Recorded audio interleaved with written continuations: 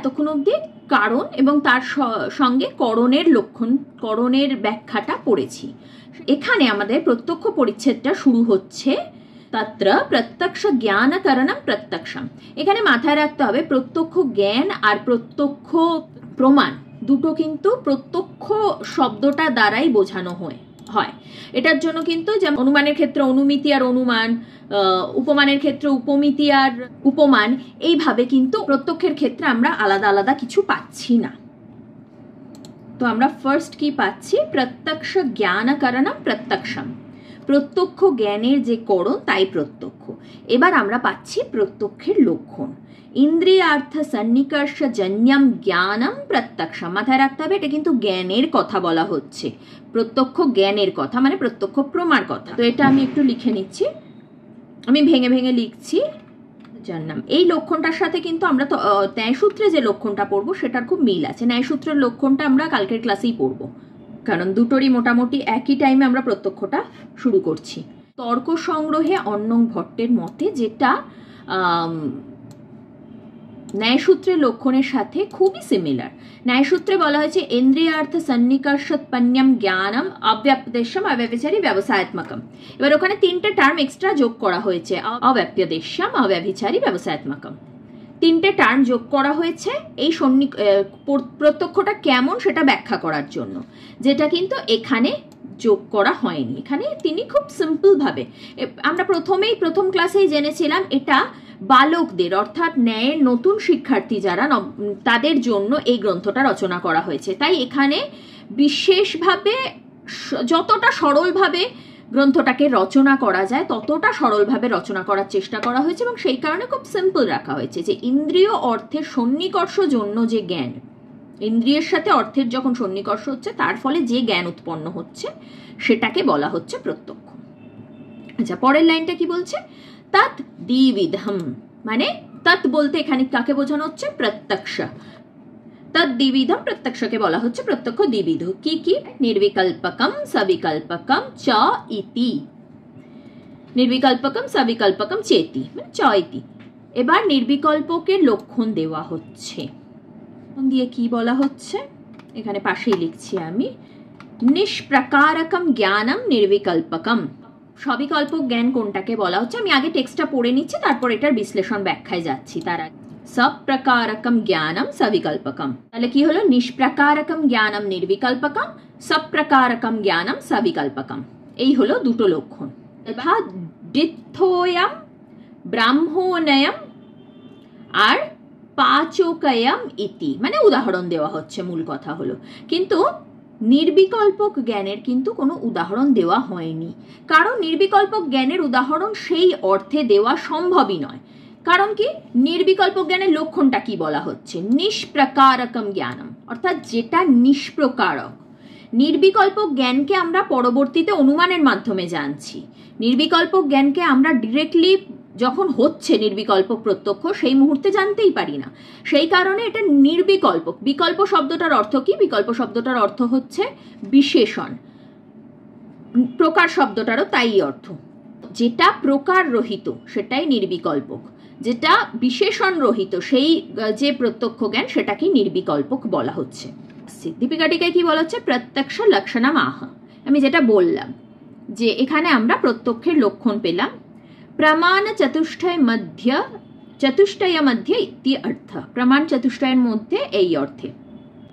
এবার কি বলছে? প্রত্যক্ষ জ্ঞানস্য লক্ষণম আহ। এটাও আমি লক্ষণটা শুরুতে বলেছিলাম যে এটা প্রত্যক্ষ প্রমাণের নয়, এটা প্রত্যক্ষ জ্ঞানের লক্ষণ। ইন্দ্রিয় বলতে ইন্দ্রিয়ার্থ সন্নিকর্ষের কথা বলা হয়েছে, তাহলে প্রশ্ন ওঠে ইন্দ্রিয় বলতে কাকে বোঝানো হচ্ছে? ইন্দ্রিয় বলতে বোঝানো হচ্ছে চক্ষু ইত্যাদি, মানে চক্ষু, কর্ণ, নাসিকা, জিহ্বা, ত্বক, এবং মনও কিন্তু ষষ্ঠ ইন্দ্রিয় ন্যায় মতে। অন্তরিন্দ্রিয়ে সুখ দুঃখ বোঝার জন্য তার প্রয়োজন। এবার অর্থ বলতে কি বোঝানো হচ্ছে? মানে অর্থ বলতে বাহ্য বিষয়কে বোঝানো হচ্ছে, অর্থ বলতে ঘটাদিকে বোঝানো হচ্ছে। সন্নিকর্ষ বলতে সংযোগ আদিকে বোঝানো হচ্ছে। এটা কিন্তু সংযোগ আদি বলতে ওই যে 6 প্রকার সন্নিকর্ষ সেটার কথা বলা হচ্ছে। 6 প্রকার যে সন্নিকর্ষ সেটার আলোচনাতে আমরা যাব, এর পরে আছে সেই অংশটা। এর পরের যে তর্ক সংগ্রহের পাঠটা দীপিকা টিকাটা হয়ে গেলে যে অংশটা, সেখানে আমরা সন্নিকর্ষের আলোচনা পাবো।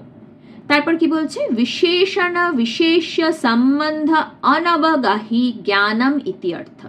এই যে নিষ্প্রকারকম, নির্বিকল্পক বলতে কি বোঝানো হচ্ছে সেটার এক্সপ্লেনেশন দিচ্ছে, যে বিশেষণ বিশেষ্য যে সম্বন্ধ সেটার অনবগাহী যে জ্ঞান সেটাই নির্বিকল্প। এই যে বিশেষণের জ্ঞানটা আমাদের হচ্ছে, এই বিশেষণের জ্ঞানটা আমরা যদি নির্বিকল্পকের মাধ্যমে জানছি এমন না বলি, তাহলে এই যে প্রসেসটা চলতেই থাকবে। ওই গোত্ত জাতিকে আমরা গোত্তত্ব দিয়ে জানবো, তাকে আবার আরেকটা তয়বয় যোগ করে জানবো, এইভাবে ইনফাইনাইটলি চলতেই থাকবে চলতেই থাকবে চলতেই থাকবে। তো এই যে একটা সমস্যা হয়ে যেতে পারে, অনবস্থা দোষ ঘটতে পারে, সেটা যাতে না ঘটে তার জন্য একটু আগে বললাম যে নির্বিকল্প জ্ঞানটা স্বীকারের মাধ্যমে অনবস্থা দোষ যাতে না ঘটে সেটার ব্যবস্থা করা হয়। না হলে ইনফাইনাইটলি চলতেই থাকবে চলতেই থাকবে চলতেই থাকবে, একটার বিশেষণ হিসেবে আরেকটা, আরেকটার বিশেষণ হিসেবে আরেকটা, এইভাবে চলতেই থাকবে, থামবে না কোনো একটা জায়গায়। তো যখন বলা হচ্ছে নির্বিকল্পকের মাধ্যমে আমরা বিশেষণকে জানছি এবং তার মাধ্যমে আমাদের সবিকল্পক জ্ঞান হচ্ছে, সে বিশেষণকে না জানলে সবিকল্পক জ্ঞান হওয়া সম্ভব হবে না।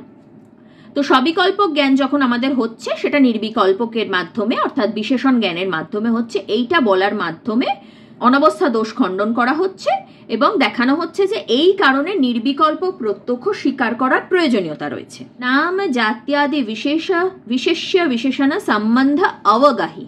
নির্বিকল্পক ছিল অনবগাহী আর এটা হচ্ছে অবগাহী। জ্ঞানম ইতি অর্থঃ। সবিকল্পক হচ্ছে তাহলে নামজাত্যাদি বিশেষ্য বিশেষণ সম্বন্ধ অবগাহী জ্ঞান। আমার সাথে মন যুক্ত হয়, মনের সাথে ইন্দ্রিয় যুক্ত হয়, ইন্দ্রিয়ের সাথে অর্থ যুক্ত হয়, তখন আমাদের প্রত্যক্ষ নামক জ্ঞানটা হয়। এবার এখানে আমি শুরুতে আরেকটা কথা বলেছিলাম, প্রত্যক্ষ এই শব্দটা দিয়েই প্রত্যক্ষ প্রমাকেও বোঝানো হচ্ছে, প্রত্যক্ষ প্রমাণকেও বোঝানো হচ্ছে। তো এই একটাই টার্ম কিন্তু ব্যবহার হচ্ছে দুটো অর্থে। আচ্ছা, আমি সংস্কৃতে লিখে ফেললাম। তোমরা অনেকেই হয়তো দেবনাগরী হরফের সাথে পরিচিত নও। আমি ইউটিউবে একটা ভিডিও দিয়েছি দেবনাগরী হরফ চেনার জন্য সুবিধার্থে, তো তোমরা ওই ভিডিওটা দেখে নিও। তাহলে যারা একটু দেবনাগরী হরফের সাথে পরিচিত নও তারা একটু বুঝতে পারবে, অন্তত এরকম কোনো সময় লিখে ফেলবে। মানে জ্ঞান যেখানে করণ হয় না, জ্ঞান অকরণক, একমাত্র প্রত্যক্ষের ক্ষেত্রেই হয়। জ্ঞান অকরণক একমাত্র প্রত্যক্ষের ক্ষেত্রেই হয়। অনুমান উপমান শব্দের ক্ষেত্রে কিন্তু জ্ঞানই করণ হয়। কিভাবে হয়? অনুমানের ক্ষেত্রে আমরা পাচ্ছি, আমি অনুমিতি লিখছি, অনুমিতি পাচ্ছি ব্যাপ্তিক জ্ঞান থেকে। যদি প্রাচীন মত ধরি তো পরামর্শ জ্ঞান, আর যদি নব্য মত ধরি তো ব্যাপ্তিক জ্ঞান। উপমিতি পাচ্ছি হচ্ছে সাদৃশ্য জ্ঞান থেকে। শাব্দবোধ পাচ্ছি পদক জ্ঞান থেকে। তাহলে এই তিনটে হয়ে গেল কি জ্ঞান করণক। একমাত্র প্রত্যক্ষের ক্ষেত্রে আমাদের কিভাবে উৎপন্ন হচ্ছে? ইন্দ্রিয় থেকে। এবার ইন্দ্রিয়টা এখানে যেহেতু এই লক্ষণটা নব্যমত অনুসারে, তো ইন্দ্রিয়ই ধরা হচ্ছে। ইন্দ্রিয় কোনো জ্ঞান নয়। ইন্দ্রিয় আমাদের এই যে পঞ্চ ইন্দ্রিয় এবং মন ষষ্ঠেন্দ্রিয়, সেইটা, এটা কোনো জ্ঞান নয়, তাই জ্ঞান অকরণক। ইন্দ্রিয় থেকে উৎপন্ন হচ্ছে, তাই জন্য কোনো জ্ঞান করণ হয় না বলে প্রত্যক্ষকে বলা হচ্ছে জ্ঞান অকরণকম। আর একটা লক্ষণ দেওয়া হয় নব্যমত অনুসারে প্রত্যক্ষের, সেটা হচ্ছে জ্ঞানত্ব জাতি যাতে থাকে। জ্ঞানে জ্ঞানত্ব জাতি থাকে। এইভাবে নব্যমতে একটা লক্ষণ দেওয়ার প্রথা আছে, যেটাকে বলা হয় সামান্য ধর্ম উল্লেখ করে লক্ষণ দেওয়া। তো প্রত্যক্ষে প্রত্যক্ষত্ব জাতি থাকছে, এটাকে বলা হয় জাতি ঘটিত লক্ষণ, মানে জাতির উল্লেখ করে লক্ষণ দেওয়া। এই লক্ষণগুলো আমরা গঙ্গেশ উপাধ্যায়ের যে তত্ত্বচিন্তামণি সেখানে পাই প্রত্যক্ষের আলোচনার প্রসঙ্গে। এইগুলোকে বলা হয় জাতি ঘটিত লক্ষণ। কেন বলা হচ্ছে? আমরা প্রত্যক্ষ যখন করছি তখন আমাদের প্রত্যক্ষ হচ্ছে, এইভাবে অনুভব হয় আমাদের। আমরা যখন অনুমান করছি তখন আমরা অনুমিনৌমি, আমরা অনুমান করছি, এইভাবে আমাদের জ্ঞান হচ্ছে। আবার আমাদের যখন উপমান জ্ঞান হচ্ছে তখন উপমিনৌমি, এইভাবে আমাদের জ্ঞানটা হয়ে থাকে। সেই কারণে সেই অনুভবটিকে জাতির উল্লেখ করে একটা লক্ষণ দেওয়ার প্রথা রয়েছে, যেটাকে জাতিঘটিত লক্ষণ বলা হচ্ছে। এগুলো আমি একটা প্রত্যক্ষের আলোচনা করব বলে বেসিক জিনিস কয়েকটা বলে দিলাম, যেগুলো আমরা নব্য ন্যায়ের আলোচনায় পাই। তর্ক সংগ্রহে এই এত ডিটেলস আলোচনা নেই। তাহলে এখান অবধি রাখছি, ক্লাসটা এখানেই শেষ করছি। ওম পূর্ণমদঃ পূর্ণমিদং পূর্ণাৎ পূর্ণমুদচ্যতে পূর্ণস্য পূর্ণমাদায় পূর্ণমেবাবশিষ্যতে। ওম শান্তি শান্তি শান্তি। হরি ওম। শ্রী গুরুভ্যো নমঃ। হরি ওম। আচ্ছা, সব শেষে সবাইকে জগদ্ধাত্রী পুজোর অনেক শুভেচ্ছা। আজকে জগদ্ধাত্রী পুজোর দিনও তোমরা এতজন জয়েন করেছো, ক্লাস করছো, আমার খুব ভালো লাগলো। আর পরের ক্লাসে আবার বাকি অংশটা নিয়ে আলোচনা হবে। সবাইকে অনেক ধন্যবাদ। আমি ক্লাসটা এখানেই এন্ড করছি।